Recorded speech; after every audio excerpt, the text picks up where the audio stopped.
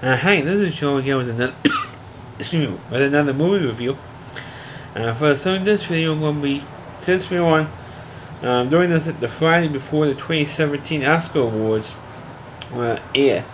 So I figured I haven't done, I know previously a couple years ago I've done a bunch of Oscar winning films that I have seen or that I at least have in my video collection. So I figured I'd do another. I know it's been a long time since I've done an Oscar-winning film because most of the Oscar-winning films I have not seen. It's like ones I'm not totally interested in seeing. Because either too long, too boring, or too depressing. But that's why I avoid most of it. It's been out the last few years because it's too long, too boring, or that I'm just not interested in seeing that type of a movie. But this one, I was definitely interested in it because of the people who are on camera and behind the scenes doing the film. And the film I'm doing in this video is the 2004 Oscar-winning Best Picture winner, which is $1 Million Baby. Starring and directed by Clint Eastwood, who should have won an Academy Award, a double Academy Award winner, which the Oscars have never done. For not only Best Director, which he won for Best Director, but also for Best Actor, because they thought he did a damn good job on both sides of the camera in this film. And I want to get into more detail later on in the video. And Hilary Swank, who of course won for Best Actress for a role in this film, and the Best Supporting Actor winner, which is Morgan Freeman, was one of the few black actors that won. I know in recent years they have won a bunch of Oscars, or at least black actors have. And also you have, I think, I forgot who else was in this film, played Hilary Swank's mother. Of course, the movie $1 Million Baby is kind of like a really, really depressing Rocky film. And it is the second boxing film behind Rocky, or the first one since Rocky, first boxing film since Rocky, I should mention. Has won the Academy Award for Best Picture. And unlike Rocky, $1 Million Baby at least has won at least 2 acting Oscars. Because Rocky is a American classic as Rocky was, and nobody who acted in that movie won for an acting award for that film, and that's really a shock. I mean that nobody from that movie won an acting award. Anyway, for $1 Million Baby, like I said, it stars Clint Eastwood as a like an 80-year-old boxer, an 80-year-old boxing trainer, I should say. And after he was training this one particular male boxer who left him because he wanted to have a title shot. He feels he's ready for it, and like a middleweight a middleweight. He says, "Well, I feel like I'm ready for a championship fight." Clint Eastwood says, "Oh no, you're not ready yet. You're not ready yet. Not 2 or 3 fights." And he says, "Yeah, but you're not. You've been saying that for a while now." He said, "I feel I'm ready. The boxing commission feels I'm ready. Everybody feels like I'm ready for the shots of you."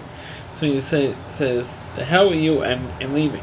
So he decides to leave, and in the meantime, you had Hilary Swank, who came into Clint Eastwood's gym. It's like a little out of the way gym, and it's like real small. You only had like maybe you count on one hand how many boxers were actually training in this gym. Because Clint Eastwood's pretty selective with who he has, train or work out there. And so all of a sudden, you have this girl wanted to train there, and wanted Clint Eastwood to be her trainer / manager. And Clint Eastwood could say, no, I don't train girls.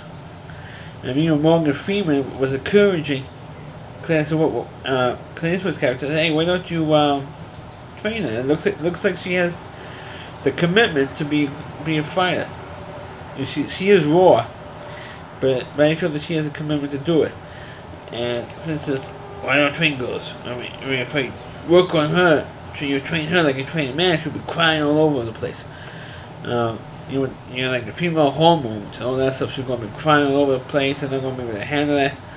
And and that's what he's been saying to the Hilary Swank's character. Say, hey, look, I could work with you a little bit, but I want to help you get a manager who trains girls. And at one point in the film, he does find another trainer who works at Clint Eastwood's gym, and says, "Hey, why don't you work with her?" And the first fight that she had, Clint Eastwood wasn't satisfied the way this other guy was training her, so he decides to take over. Even though the whole time, or at least most of the time, he says, "Hey," at least at first, he says, "I'm going to find you a manager who trains girls." And meanwhile, he reluctantly takes her on as a trainer, and he does a great job with her. In the meantime, Hilary Swank, she was hot in this movie, and I'm gonna tell you that she was hot, and especially when she was in a train boy and you see her body, it's damn. I mean, Hilary Swank was hot, before then, physically hot. But she really worked out. She really lost a lot of weight, and she put a lot of muscle on herself because she was like lifting weights and trying to make herself a little more muscular. At least here in the shoulders, a little more muscular, so people would believe that she was a good woman boxer, and she was. She eventually gets works out, and she was in Europe for a year. Boxing with Clint Eastwood. They took her to Europe for a year for different boxing matches, and then we come back to the States. The women's champ. They don't have like a women's like a heavyweight division. It's like not bantamweight, but like you have in the UFC. But it was like a middleweight or something, which is like the highest. I think it was like the highest they have in women's division, at least in the scope of the movie. And she does get a match, and of course the champ is known as a dirty fighter. I mean, she would get like cheap shot, and when the referee would break, the champ would give like an elbow shot or a cheap shot over the referee's head on him, and she was doing this through the whole fight against Hilary Swank. And then eventually Hilary Swank was getting like, okay, since he's fighting dirty, you can fight dirty too. As long as you hit her shots in the back. And it looks like that Hilary Swank actually won the match by TKO. That's a technical knockout of the champ, and he was about to announce the winner. And Hilary Swank turns around, and the champ gives her a shot, one more cheap shot, and she falls. And one of the guys in Hilary Swank's corner put the stool out. Instead of putting the stool straight, it was like laying on the ring in her corner. And Hilary Swank hit the stool, and you could hear her neck was broken because of that.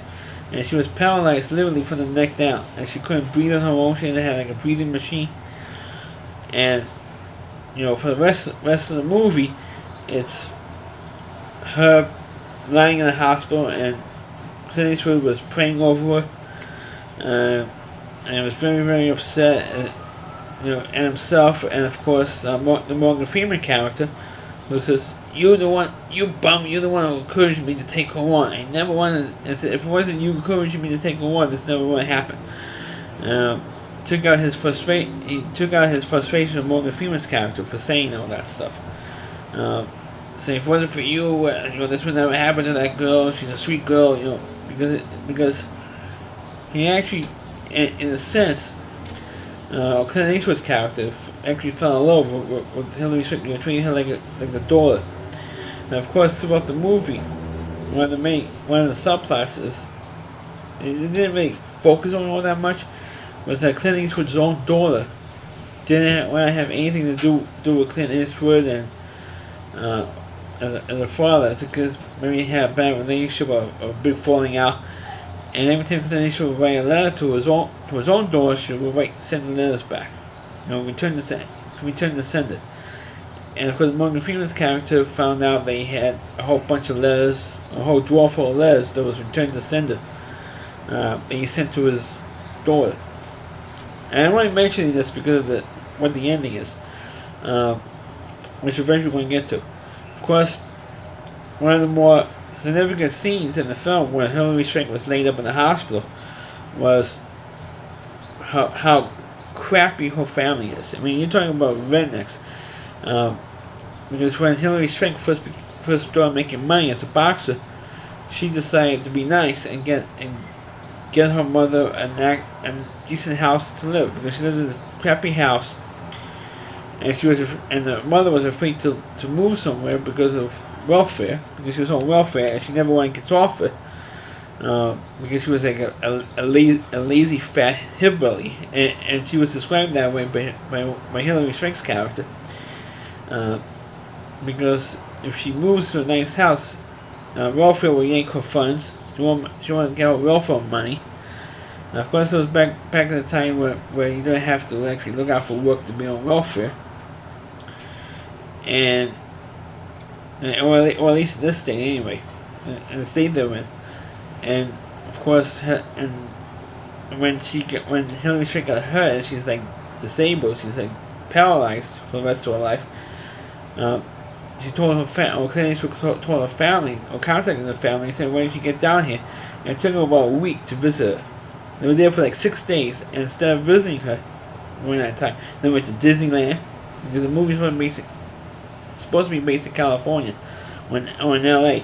So they went to Disneyland, they went to Universal Studios, or the amusement park, and saw everything. And after about 6 days of sightseeing, they finally got off their asses and visited Hilary Swank. And of course, what the mother wanted was, instead of saying, "Oh, I'm so sorry that you're hurt, sorry it took me so long to get here," and of course, Hilary Swank saying, where's my family? Where's my mother? Where's my mother? Where's my mother? How come she's not here yet?" And that's because she's too busy sightseeing.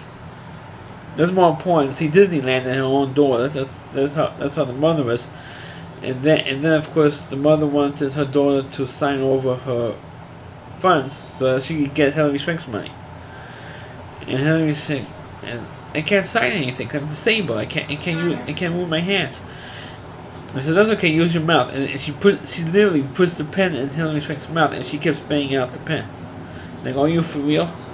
And she said to him, "Fuck you, get out." And so they get out. And I never want to see you again.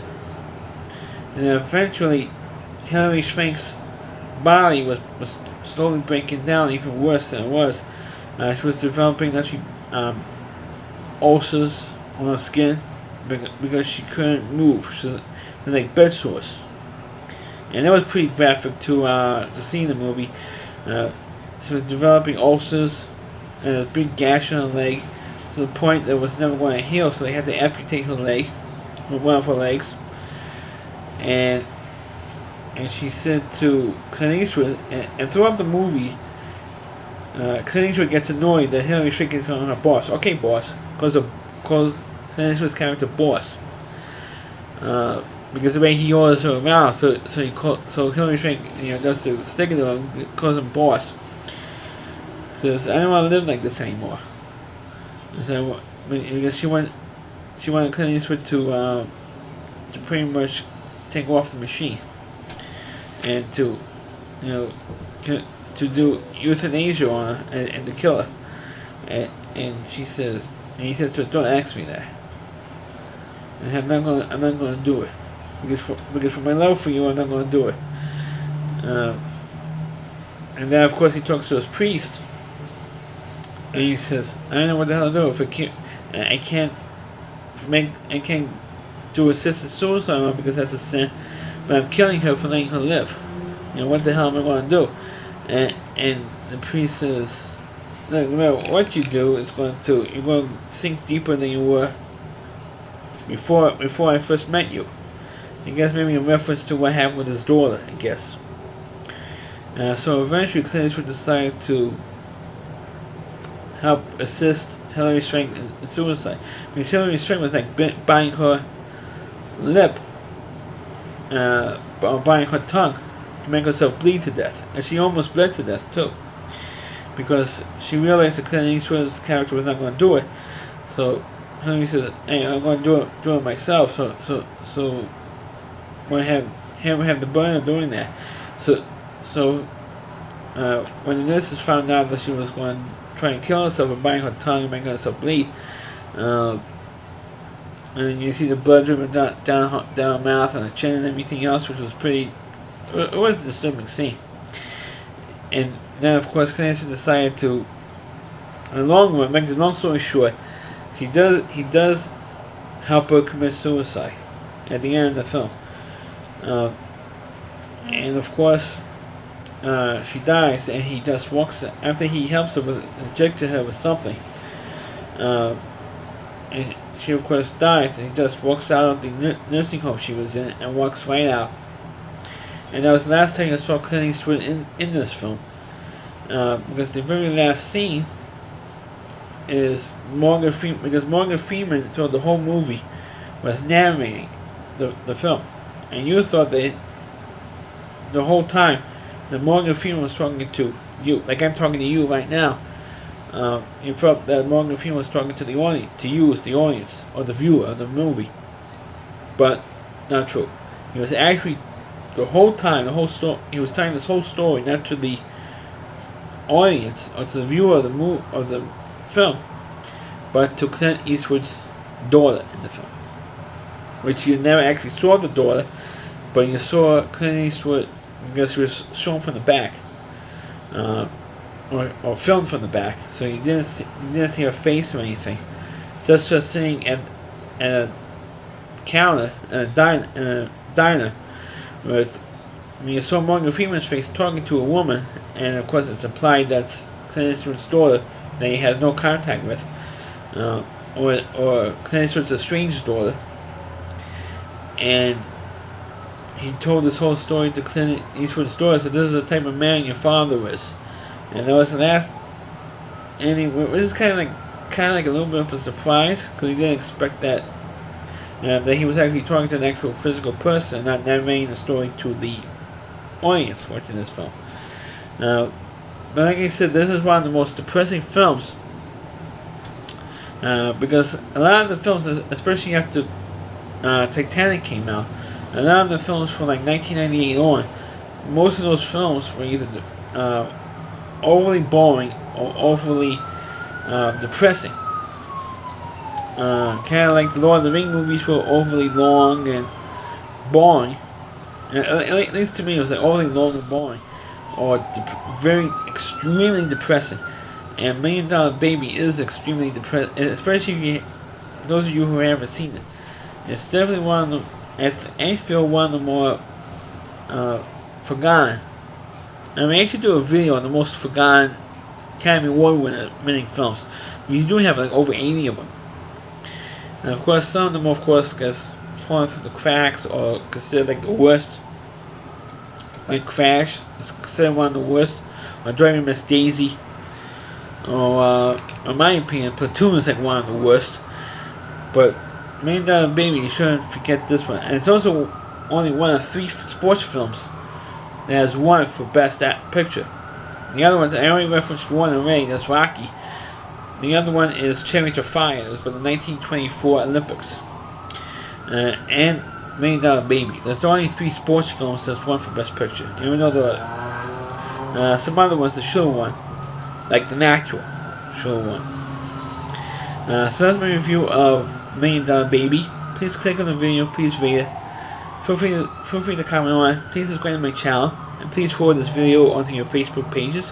You can catch all my videos not only on my YouTube channel, but at rallyc.com, that's all WDY, and then at c.com, that's the homepage of the Rally Reviewer, Christine Moore. And please check out all of his videos on his, all of his content, I should say, on his website. Thanks for watching. Catch you next time.